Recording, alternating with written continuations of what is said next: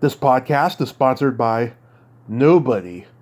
Hey dudes, welcome to Splat from the Past, the only 80s themed horror sci-fi show where things can get totally radical. Now today I will be welcoming Eddie Schumacher. He played Chuck in the 1994 John Hughes remake of Miracle on 34th Street. Before that, he was Red in Rudy, the Sean Astin football movie. Before that, he was Billy Crystal's photo double in When Harry Met Sally. And currently, he was in Ghosters Phantom Patrol. I don't know what the hell that is. I haven't been able to go online and check out the trailer. I've been so busy. It seems to me like a Ghostbusters fan film. So we'll find that out when I talk to him. And he's a Chicago guy. You know, he's from that same era as Cusack and Piven and Paulie Noonan, who was on the show this past summer. A lot of those people. And so I'm going to talk to him about all of that stuff today. I love talking to journeyman actors. They are the friggin' best. I'm just loving Christmas December because I get to talk to Christmas people, and I'm talking to milestone anniversary people that maybe I forgot to put their names on the list earlier in the year.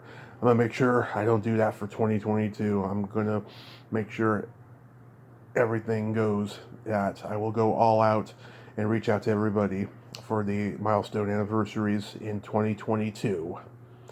So, here is my interview with Eddie Schumacher.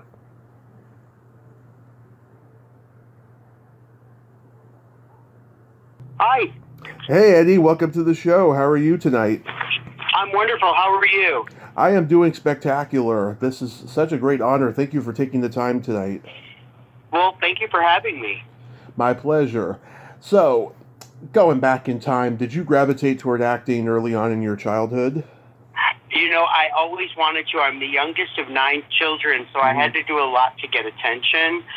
And it wasn't until college that I decided I'm going to take a theater class, and I fell in love from the moment I stepped on stage.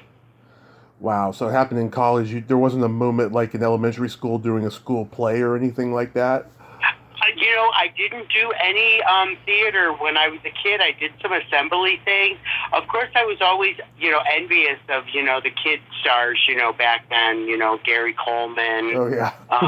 you know, the younger kids on the Brady Bunch. I was always like, wow, I wish I could do that too. But, unfortunately, I didn't have anyone that really kind of said, hey, we should, throw a proverbial bow on your head and put you, in tap dance, classes or something. So it took a while, but when I found it, it was great.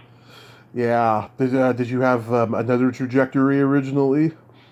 I surely did.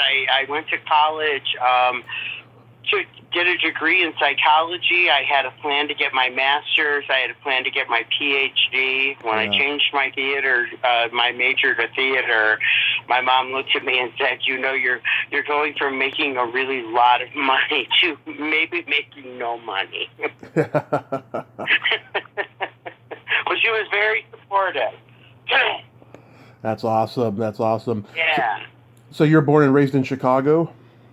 I was. So I started my theater. My first experience on stage was in a town called DeKalb, Illinois.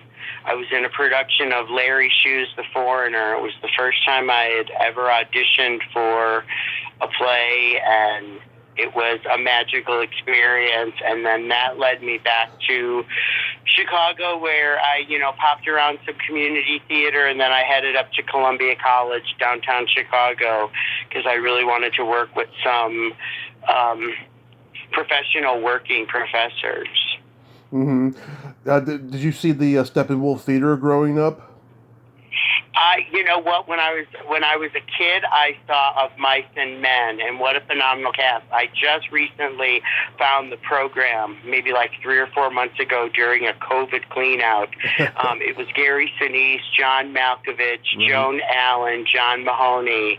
At the end of the show, John Malkovich said, "Does anyone have any questions?" And I raised my hand, and he looked at me, and I said, "Was the mouse real?"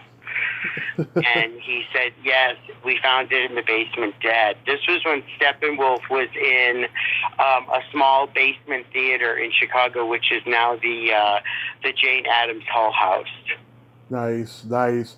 Yeah, I mean, this the Chicago scene in the '70s was amazing in terms of theater and acting. And I've talked to some people who were there, and it was just a really creative time. Oh, absolutely. They were all young. One of my older siblings was an actor. He didn't go as far as I did, but he was actually really enveloped with that whole scene and that whole crowd, the body politic theater in Chicago. It was really when storefront theaters took a big boom in the city. I got to work with some of the storefront theaters, later on, but I think the dynamic of these young, fresh out of college, we're going to put on a show in a basement, and to see where all of those people have grown to is spectacular.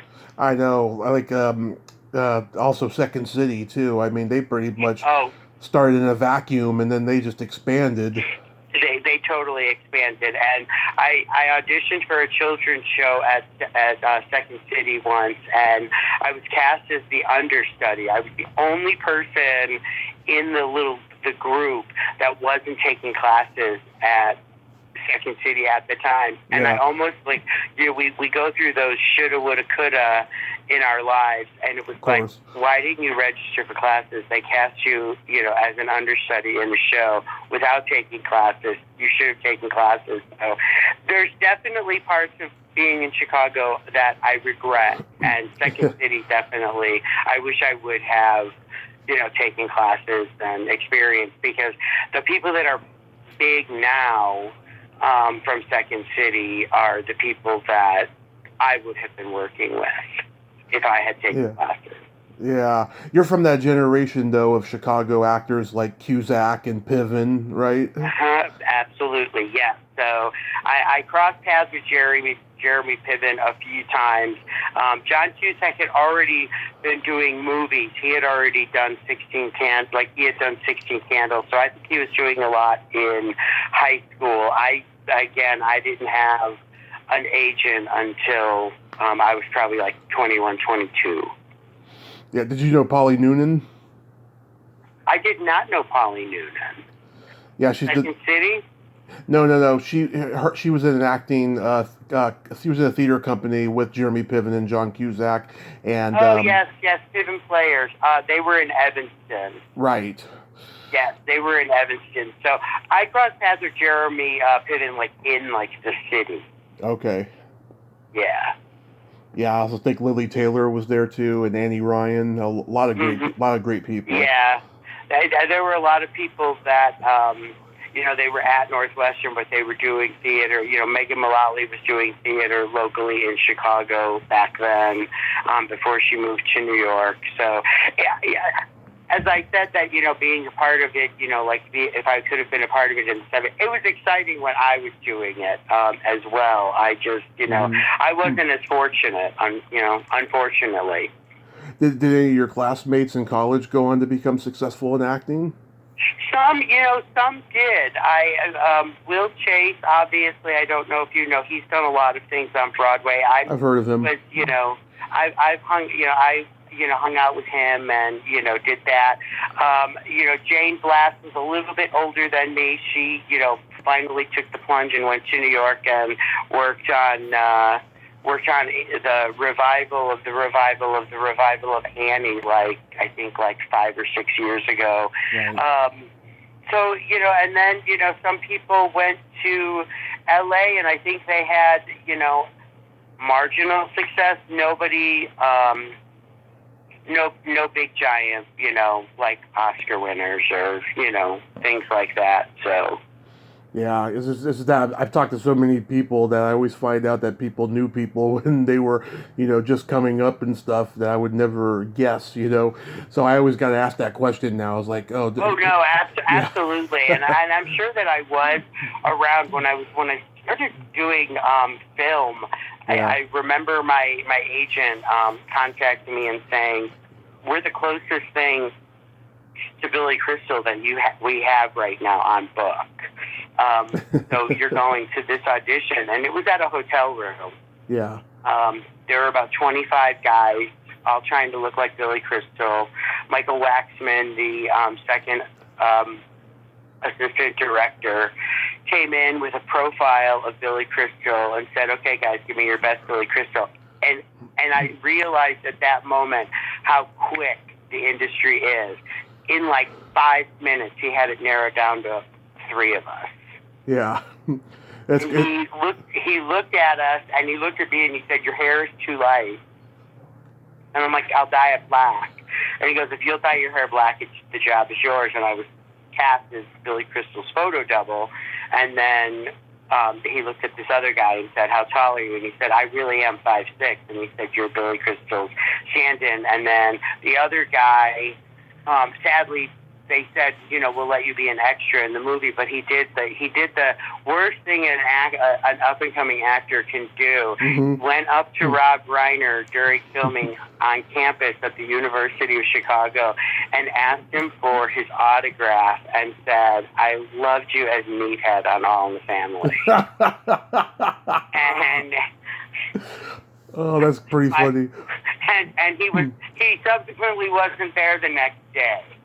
But it was a great experience because I had never been in a cattle call like that for a film project. I was so wet behind the ears and so scared, and it was so much fun. And my first day on set, they basically dressed me in the same costume that Billy Crystal was wearing at the beginning of the movie, and I was sitting on a bench on the campus, and all of a sudden I saw the shoes I was wearing in front of me, and I looked up, and it was Billy Crystal, and he smiled. But I was told by production, only speak when you are spoken to. So I was very good. I wanted to say to him, "I'm glad you're you," so I could get a job. God, that's pretty funny though. I've heard similar stories before about people calling somebody one of their most iconic character names, and then they got fired. Oh yeah, oh no, for sure it was, but it was a really and then this goes back to people who really know the history of television comedy. It was raining really hard one day, and the photo doubles were in their van, and we were waiting to drive to a set location. Right. And all of a sudden there was a knock on the door, and we heard this voice say, "Can I come in? It's raining." And we were sitting in the back, and I kind of had my eyes half closed. It was really early in the morning, and I heard the voice talking to the driver, and he was like, "Yeah, I was on the phone last night with my dad for 2 hours talking about the movie." And I looked at Meg Ryan's photo double, and I said, she was like, "Oh my God, it's Rob Reiner." And I said, "But he's talking about Carl Reiner, who's like Dick Van Dyke. This is amazing." So it was a really fun and great experience. That's awesome. So when you came into audition, was it just you were standing there posing for a picture, basically? Yeah, they said turn and profile, so you can't. I actually did a Billy Crystal grin. Yeah. So, because that's what he was doing in the picture. So I did that grin. I'm a half inch taller than Billy Crystal, so I'm very proud to say I was 5'6.5". But so I did the profile, and literally the room, I couldn't believe how fast the room was empty. Yeah. Did you meet Billy? It was crazy. And then fast forward. Mm-hmm. Probably about 15 years, I was cast in a production, an opera production of Midsummer Night's Dream, mm-hmm. And I was in the dressing room, and the guy playing Oberon had left, and they had recast him, and the new guy came in, and we started chatting, and he was like, "I really feel like I know you," and it turned out he was Billy Crystal's stand-in for When Harry Met Sally, we had hugged each other like 15 years earlier in an elevator at the Ambassador East Hotel in Chicago because we were so excited. So I reconnected with him, and he's doing a lot of work in, his name is Lou Saliba. He's doing a lot of work in LA. He does a lot of guest spots on TV shows. That's cool. That's cool. Yeah. Was Rob Reiner nice to work with? He was very nice to work with. He was very kind. Like, I will say there was only one person that wasn't nice on that movie, but everyone else was really, really great. They smiled when they saw us. I think they looked at us like we've been in their shoes, like this kid. And I looked really, really young back then. Like, I was 20 years old, but I looked like I was like 14 years old. So they were like, they looked at me like, oh my God, he's like a little boy doing this like grown up, thing. But they were all so pleasant and kind, and they didn't, I didn't sit down and have like 45-minute conversations with Rob Reiner one-on-one. But if I looked in his direction, he smiled at me, and I appreciated that. That's great. So, yeah. How did you come to play Red and Rudy?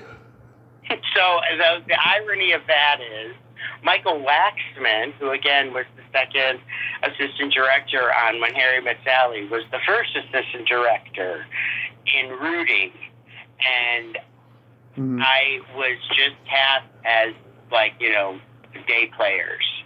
Right. And he looked at me and he pointed and he was like, I know you, but tell me your name again. And I said, my name is Eddie. And he said, Schumacher. And he looked at one of the PAs and said, let's call him Red, and he's going to be late for class. So there's the scene where I'm running across campus late for class. I really kind of had a Sean Astin-esque look, so I don't. They couldn't use me too much in the movie because they would have been like, is he Rudy or is the other guy Rudy? But I actually got to meet the real Rudy, because Michael Waxman, again, was so kind that in the final scene, I'm next to the actual Rudy. Mm-hmm. So I got to meet the man that the movie was about. That was the first time I've ever met anyone who, they were making a film about their life story, which was super cool. Yeah. A fun movie. And, when people ask, what movies have you done? And I tell them, of course, When Harry Met Sally, everyone's like, oh my God, that's like the rom-com of the century. Yeah. And then when I say Rudy, man, every sports fan in the world comes out of the woodwork and they're like, oh my God, I love that movie so much. And, there's this and, there's that. So getting cast as Red was, I think it was the luck of Michael Waxman being a part of that movie.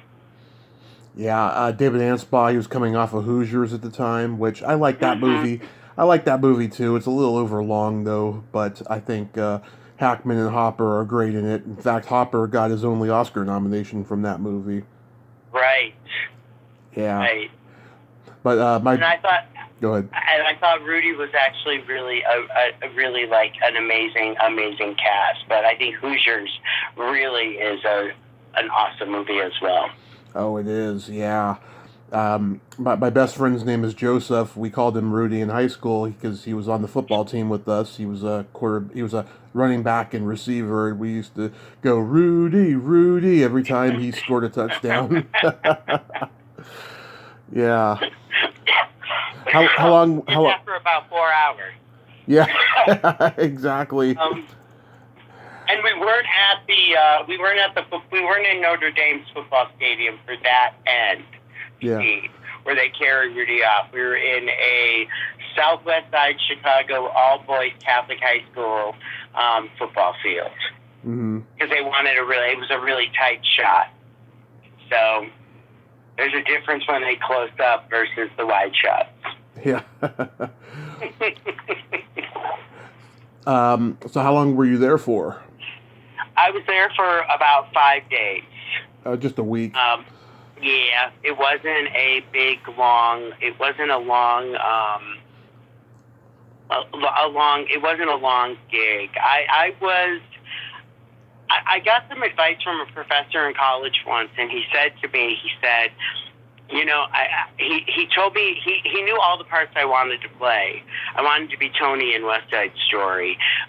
You know, like I wanted all these parts, and he was like, you know, one day you're going to be grateful that you're a character actor, because your career one day is going to go kaboom, but it may not happen when you want it to happen. And I really feel like I had to be older to actually start getting great success. And I did fine when I was young, but when I moved to Colorado was when things really started crystallizing. And I was just like, the experiences that I got when I moved here were crazy amazing.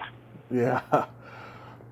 Then you were Chuck in the 1994 John Hughes remake of Miracle on 34th Street. How did that come to you? Thank you for saying that was awesome. That was just bit player parts. I had probably about 3 lines, you know, in what was Marshall Fields, but not Marshall Fields, and they ended up on the cutting room floor. So you see me kind of like here and there and back, like I can go, there I am, look, quick, don't blink. And then like I was also featured, but then cut at the end when the cop leans out and says, "Hey, he's Santa Claus," and the crowd goes wild.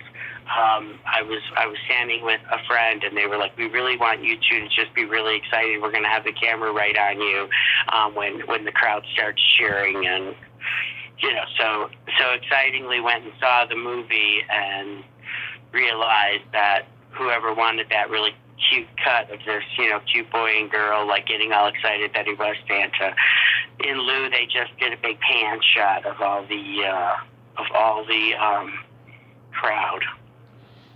Yeah. Now, being someone who grew up in Chicago, you had to have been excited to be in a John Hughes movie.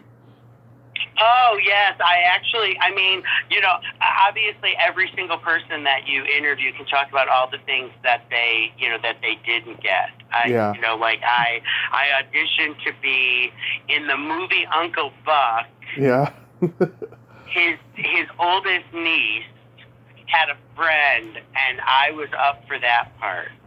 And I was supposed to meet with John Hughes. My agent said, "You're meeting with John Hughes," but I was meeting with like production assistant, you know, like number 50, and I didn't make it past production assistant number 50. So I was really, you know, I was a little bummed about that. And then some of the movies that John Hughes did, I regret that I wasn't involved. Like, you know, when he did 16 Candles, I was in high school, so I wasn't privy to, like, you know, all of that kind of information, like you should be auditioning for these things. And you know, and Chicago, I just think in the time that I did movies in Chicago, there were so many movies filmed in Chicago in that time frame, like so many. And I know before and after still, but there were so many TV shows or movies filmed there. But yeah, it would have been really exciting. I wish I would have had the opportunity to audition for, you know, a 16 Candles, because they had some really great crowd scenes, and they had really great, like, bit players that, you know, probably all got their SAG card right away from just saying like 5 lines. So yeah. You know. Yeah. I mean, I loved, you know, the first, at least 7 years of John Hughes movies. And then once he got more family friendly, then everything just fell apart after that. And it's sad the way he passed, because I don't know if he just got disillusioned with Hollywood or whatever, but he could have made more and some probably more meaningful movies, you know, towards the end of his life if he had the opportunity to, you know. Oh, for sure. I think he would have definitely. I think sometimes, unfortunately, you get like branded, and you know, people don't expect. You know, that's what they want. They want, you know, they want that kind of same thing. I think he did. I mean, obviously, for me, you know, all of his teen movies were my movies. Yeah. Like I was in high school when he was making those movies, and it was pretty they were pretty powerful. I'm really almost like spot on about how it was to be a teen, at that time. His characters were in the suburbs. I was actually in the city, so a little different. But I think he really, it's sad when you look at people and think, what would they be doing today? Right. With Netflix and Prime, and would he have would he have gone on to do a TV show on Netflix or Prime, or definitely done some movies for them? Maybe. Yeah, I definitely think so. Had you seen the original Miracle on 34th Street? I had, and I absolutely loved it. And they didn't have a Chuck. Just so you know, there was no Chuck, unless they cut Chuck out of that one too. I had seen it. I actually, I bite my finger and say I actually like that version better than the 1994 version. It's my favorite. Yeah, the original is my favorite Christmas movie. I like it better than It's a Wonderful Life, and I'm always debating people on which is a better movie. I just love, just how everyone's timing is great in the original Miracle on 34th Street. Everyone's such a good actor, and it's such a good, positive story, and it kind of satirizes. It's one of the early satires of the over commercialism of Christmas, And this movie came out during that wave of just over commercialized Christmas movies after Home Alone hit. There was like 3 or 4 every holiday season, and quite frankly, it made me sick because they all were rehashes. A lot of them, Right. Yeah. And I want to say his name was Ed Gwynn. Yes.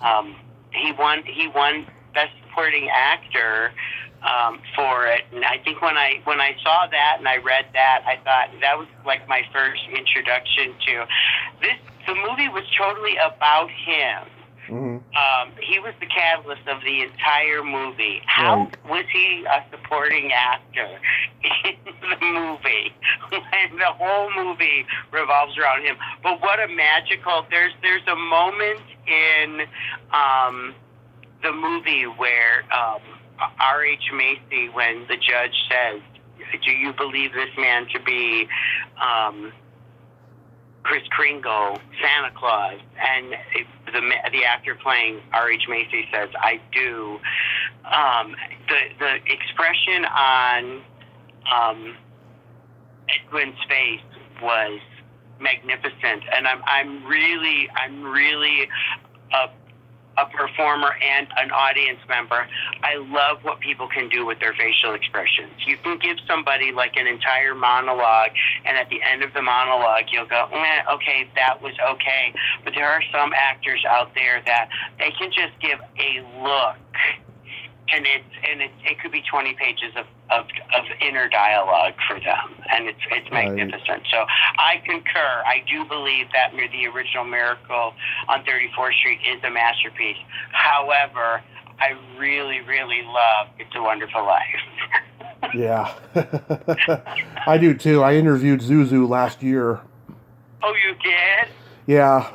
I wish I had waited one more year because she has a book out now, and she's being bombarded. Oh, wow. She's being bombarded with requests, so I don't think I'm going to get her again this year. But it's okay. Yeah, that one is, and I also love as a comedic actor watching, going back now and watching movies I watched when I was a kid, and I'm like, one day I am going to play Clarence in It's a Wonderful Life. I don't know if it's going to be the radio play, or if it's going to be a stage version, or if they make a remake of a movie. I want to play Clarence in It's a Wonderful Life. Yeah. And Santa Claus and Miracle on 34th Street.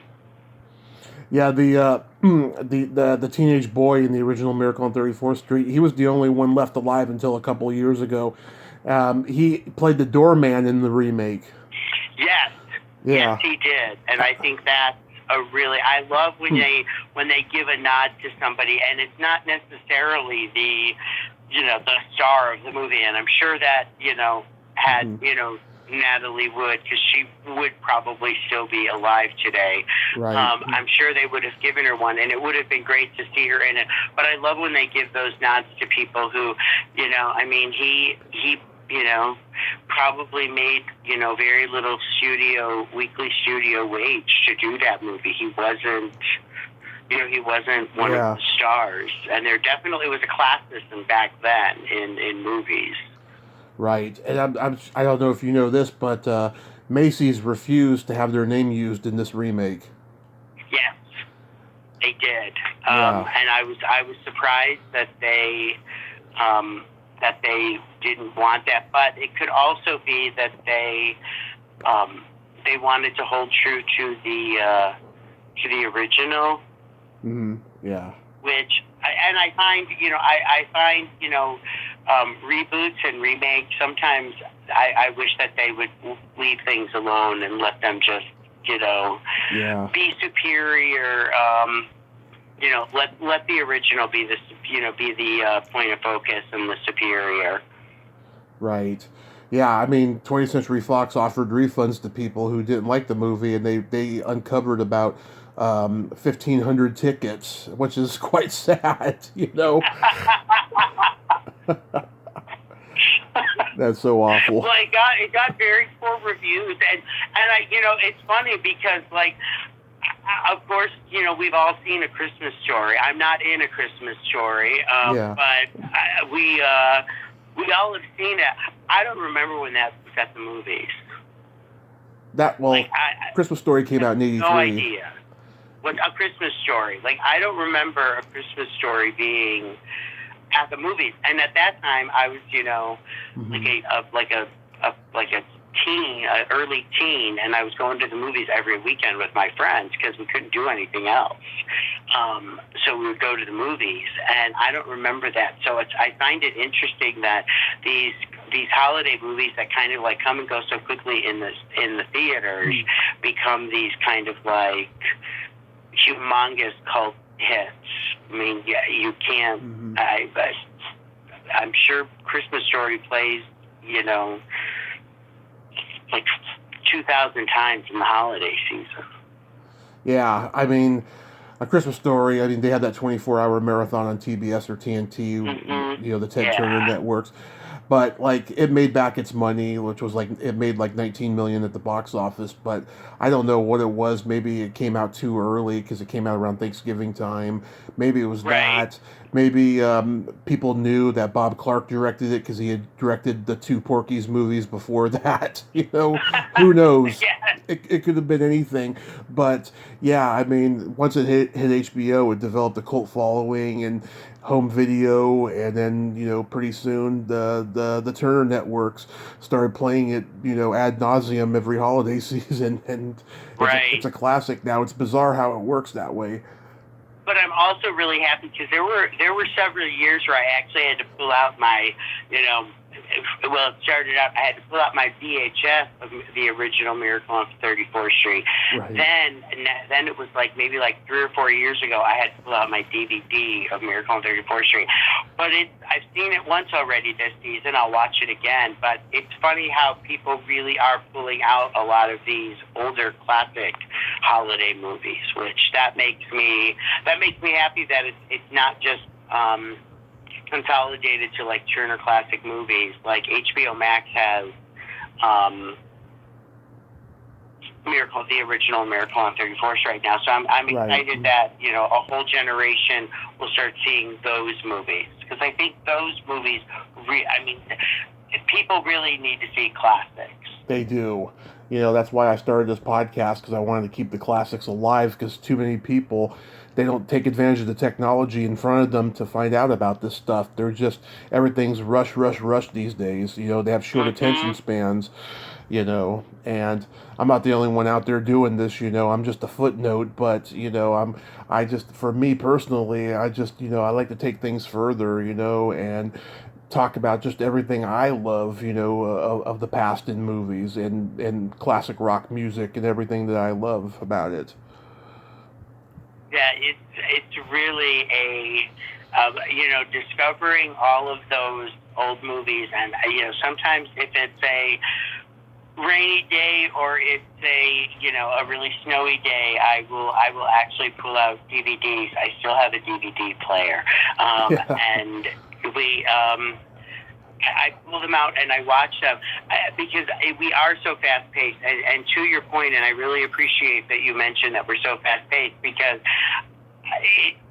remember when we would get excited about a TV show coming out for its new season. Right. And we had to wait every week to see the next episode. And then it kind of transgressed to, well, I have a VCR now, so I can tape it.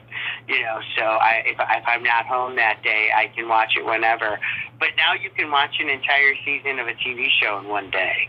Right. You can binge watch it on streaming. Because, episodic television was derived from matinee serials in the 1930s and 40s. You'd have to go back to the theater every weekend to see what's going to happen next, Right. And now people can watch one episode and go, "Ooh, I'm looking forward to the next one. I'm going to watch it right after this." I think there's nothing wrong with that. I like excess, but the only problem with it is that you have to wait a whole year for the next season. Right, exactly, and then you find yourself like binge watching again. I really the whole term binge. I'm guilty of it as well. My house is guilty of it as well. But right. I find it funny sometimes because it's what did you do on Sunday? I watched 14 hours of television. Yeah. In one day. And they were like, but it was 84 degrees outside, and and I was like, yeah, I watched an entire season of The Crown. But I appreciate it, but I also appreciate the anticipation and the excitement to go and to your point, going to the serials every week to see what happens next. And what makes me laugh when you mention that was because, of course, one of my all-time favorite people in people to watch in movies was, is Kathy Bates, and she's famous for saying, "He didn't get out of the cock-a-doodle car." Yeah. Have you all got amnesia from Misery? So yeah. I think I miss that sometimes, that anticipation of waiting, because I think we do live in a I'll call it a microwave world, like where everything is like in 5 minutes. Yeah, it's crazy. Yeah. And COVID actually brought that, took me back to a different time, because there wasn't a lot of new material on television or movies. Mm-hmm. So we dusted off, the DVD player and pulled out a lot of the old movies, from the 30s and the 40s and, the 50s, and, just watching, different genres, every day. And of course, we would binge watch, we binge watched James Dean, during COVID for 2 days, where we watched all of, his movies, and, so it was, and then we're like, okay, now let's have musical theater, Friday night, and, watch a bunch of, Judy Garland and, June Allison, musicals. Yeah. So we all know how inaccurate IMDb can be. Did you have parts in any other movies that maybe are not listed? Well, I was, so if you've seen the movie The Babe. The Babe? With The Babe. Yeah, with John Goodman. And not Babe, movie, The Babe, with John Goodman. If you look at the poster of the movie, he had all these kids around him. Right. And when they were taking the shot, he picked up a kid. And the little kid, he was in all the newspapers in Chicago. He was on the news. He had all these stuff. I played his older brother. Oh, yeah? They brought him to set I think he was like 7 years old, and one of the PAs was walking him, and they were like, he didn't have a parent with him. So at one point she turned and she looked at me and she said, "You guys kind of look alike. This is your little brother. You're taking him to his first baseball game." But I was too big to be the kid, one of the kids in the crowd scene. So I did that. I did that movie. And then I was also a waiter very quickly in the remake of The Fugitive with Harrison Ford. Oh boy. He's running through a banquet, and I'm a waiter in, I was so like day player, like they didn't even just say, give yourself, you're up. like clumsy waiter, or, a waiter with an attitude, or, anything like that. It was, it was so quick that I think it was one of the shortest shoots I've ever been on in film. The Babe was really, really long. I think I'm still there in Wrigley Field somewhere filming that. It seemed like they were very specific on what they wanted for the crowd scene. So they used us every single day, and they filmed so much in Wrigley Field. So that was a really that was a fun one to be a part of. Let's see. So Arthur Hiller directed The Babe, and Andy Davis directed The Fugitive. Yes. They must have been amazing. Oh yeah, I stood next to John Goodman at Craft Services. Yeah. And I looked at him, and he's, I'm 5'6.5". He's very tall. Yeah. And he looked at me, and my parents always taught me to be respectful, and so it was easy for me to listen when people said don't speak unless you're spoken to. And he looked down on me like he's such a massive man, and he looked down and he smiled and he said hi, and I just looked up and said hi. It was a really great experience, and just kind of being around and just making eye contact with the principals was always, I made eye contact with Bruce Boxleitner, who played I can't remember the character he played, but it was one of Babe Ruth's friends. I know who you're talking about. Yeah. Yeah, and Trini Alvarado smiled at me. She played Babe Ruth's first wife. Mm-hmm. I think she played Rose. But she smiled too. So I like those little connections, because I felt, I felt kind of equal, and I wasn't a fan of them. Right. Yeah. That makes sense. Once you've been in the business a while, you kind of separate the image from, being there in person with them. I've only gotten starstruck a couple of times doing this podcast. I had Tommy Chong on back in March. I mean, the guy was a hero of mine, Oh my God, yes. Yeah, he was one, and then just the other day I interviewed Jane Halloran, and she's very smart, very intelligent, and so I was a little intimidated by that and a little starstruck, because I loved it when she did that lesbian movie Leanna back in the early 80s.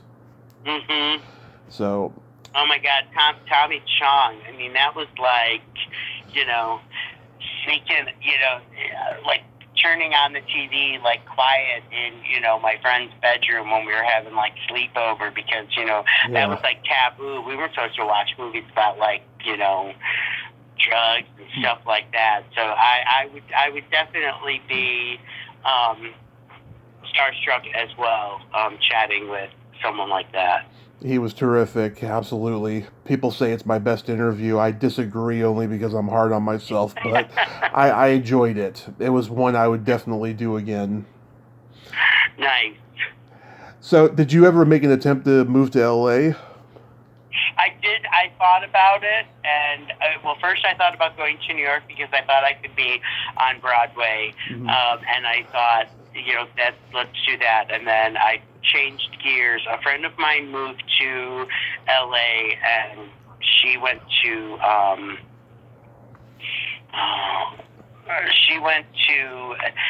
the word just escaped my head. When everyone goes and auditions for the new TV season, pilot season, she said, I never see anyone like you, and I think I was just afraid to actually go, and I was shy. Eddie the actor can play any character. I can do just about anything on stage or in film. But Eddie the person is quiet and shy a lot. Yeah. So I think I was afraid that I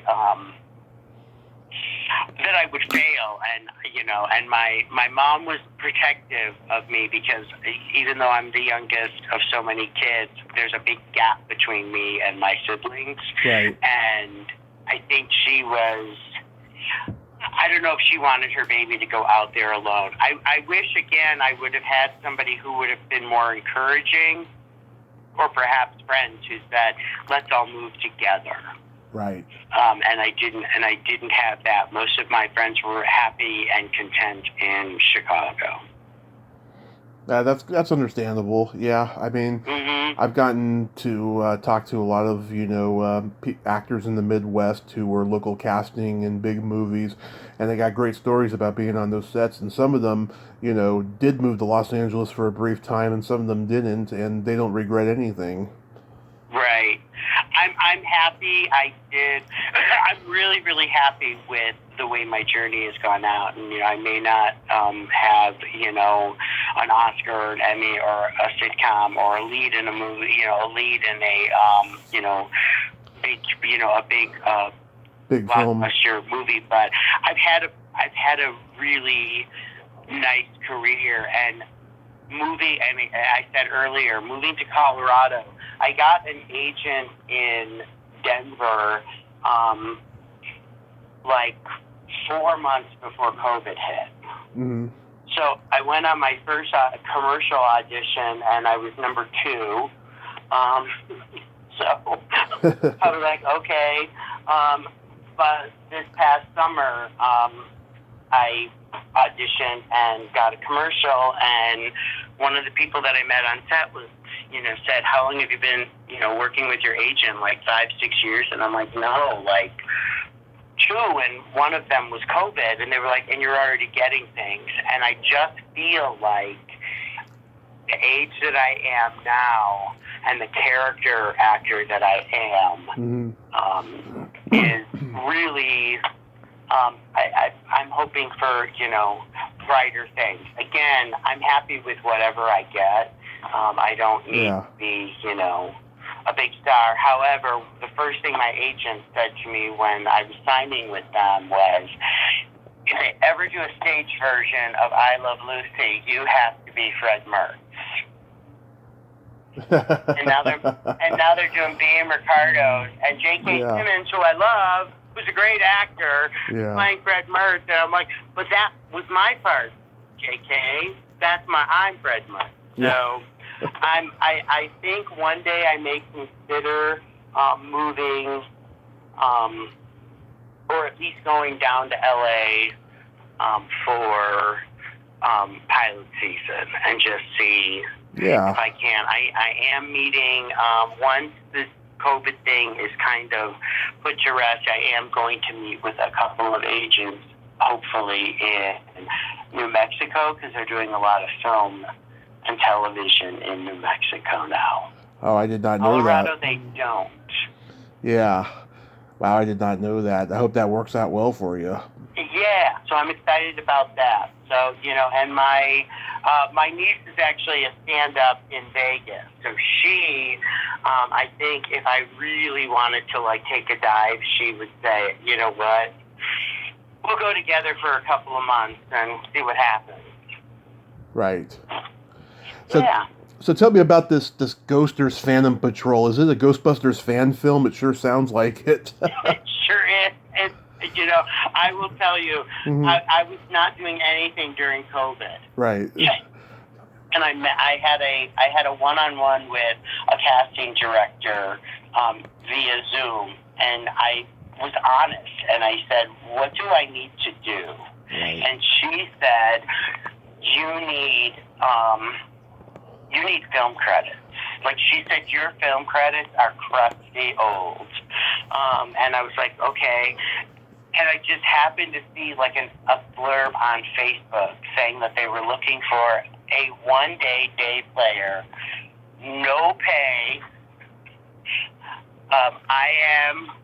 IMDb credit. And I'm like, I'm going. I called and I said, "I'm your guy. I can be there. I'll do it." I went to my first day of filming, and I literally was there for like 2.5 hours. And he was like, "Okay, you're done." And the director, Milko Davis, said, "Can I talk to you about something?" And I'm like, "Sure." He goes, "I'll call you tomorrow." And he goes, "I want to give you a part in the movie." So I am now. I was offered the role of the Man in Black, and I have, several lines, and, I'm actually in the credits, and, it's a good thing. It's definitely a family fare. Amazing special effects. The movie actually has won 2 Film Fest awards, mm-hmm. the Medusa Film Fest and the Le Cornet International Film Fest. Right.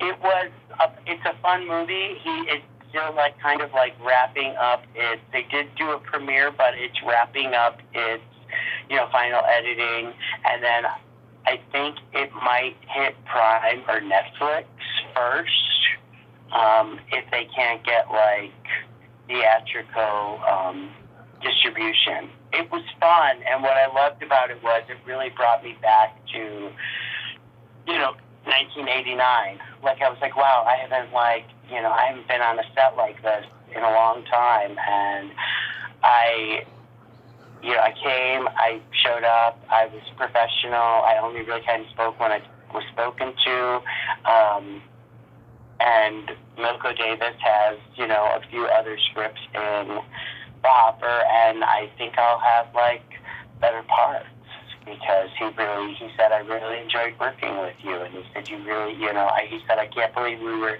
initially just going to have you as a, 2.5 hour day player for no money." Oh, that's nice.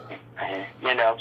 But it's a fun movie. There's some great scenes in it. It's definitely a take on, a Men in Black, Ghostbusters kind of, thing. And I had, one friend, kind of poo-poo it, and I said, isn't everything a rehash of something at this point? Is there really anything completely original? Exactly. I don't think anything's original, to be honest. Yeah.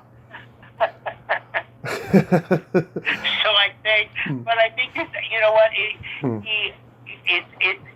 it was made for families there, and I think because he was doing the majority of the filming during COVID, and we didn't know where we were going to, at the end of COVID, I think he wanted to create something that a family could sit down and, kids will like it, mom will like it, right, like it, and I think sometimes you have to do a movie like that, and especially in the time we were living with. I truly, honestly was so happy and blessed, because I literally thought the day that I was driving home from my 2.5 hours of of watering like a dead rose bush. That was my thing. I really honestly thought that was going to be it. And I have to tell you, I was excited because I had told people I'm going to be in a movie. And so to get the part of the Man in Black, and have, have a few lines, and, they just created a kind of virtual animation where the main characters are, flying through space in like a video game, and then I'm a hologram, and I went and did green screen for the first time. Oh, nice. I thought that was really, really cool because, again, that wasn't in existence when I was doing films in the 90s. In the 90s, thank you, yes, exactly. Did you see Ghostbusters Afterlife yet? Not yet. We actually don't do anything Christmas Day, and I usually will go and I have a short list. I live not far from a Red Box. Okay. And so I usually will walk the dog on Christmas morning at 6 a.m.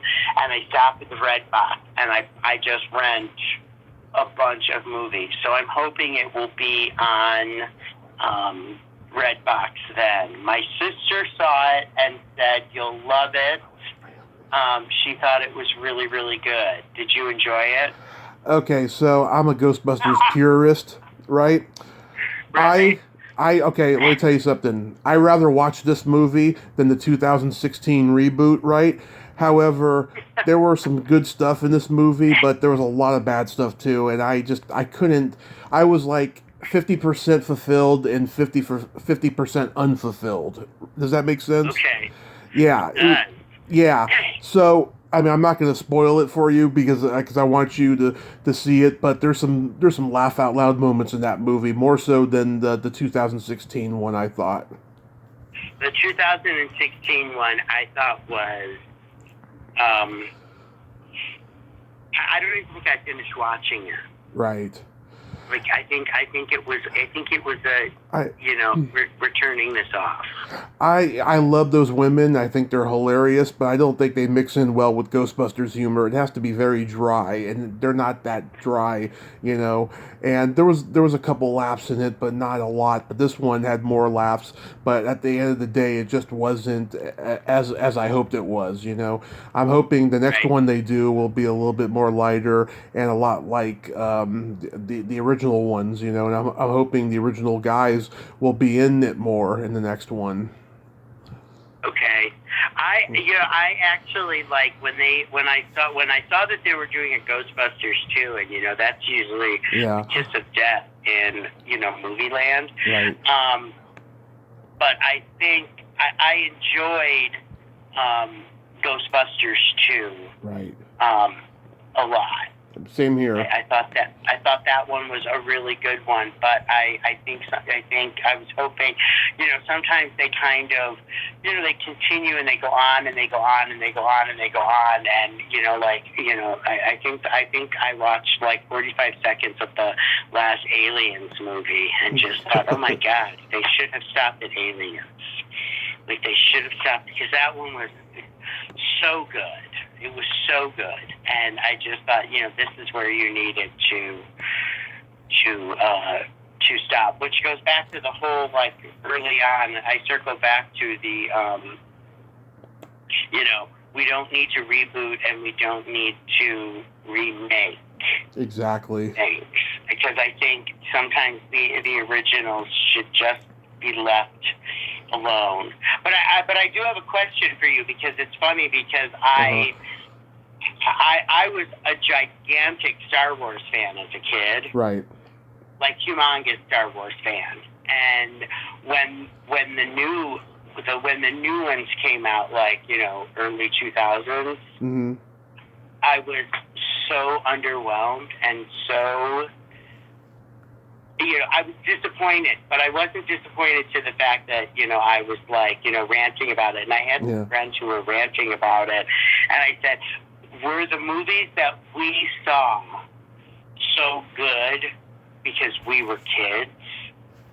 Or is it that these movies just weren't as good as the original?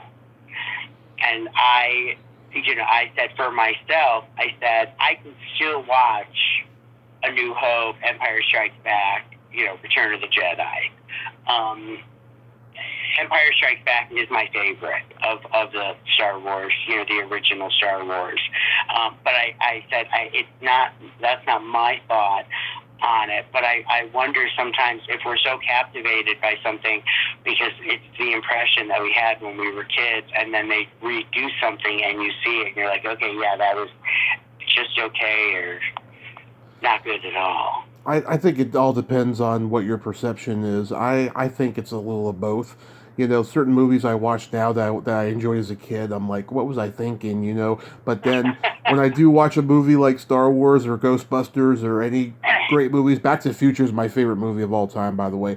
I could still get into those three movies, like I remember the day that I first saw them and just absolutely loved them, But yeah, some movies, from childhood don't hold up, and I don't think it was.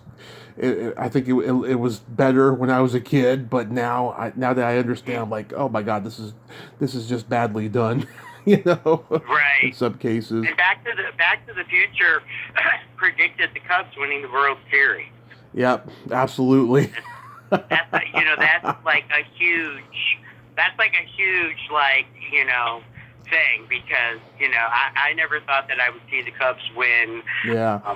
A World Series in my lifetime, and I think I laughed. I think I literally laughed out loud when I was sitting in the movie theater and saw that Cubs win World Series. I'm like, oh God, this is totally fantasy. Exactly. Well, Eddie, I want to thank you so much for coming on tonight. This has been a lot of fun. Thank you for having me. Absolutely. I hope you have a happy holiday season, and I hope everything works out in New Mexico and all the other places you go to make films, and just stay safe out there. I will, Tommy. Thank you, and you have a great holiday season, too. Thank you so much. Bye-bye. Thank you. Bye-bye. Well, there you have it. Eddie Schumacher. Ain't he a cool dude? What a nice guy, huh? And has really good movie knowledge there. I enjoyed talking to him about all that. Well, until next time, this is Tommy Throwback Kovac saying there's no shame in living in the past because the present sucks. Later, dudes.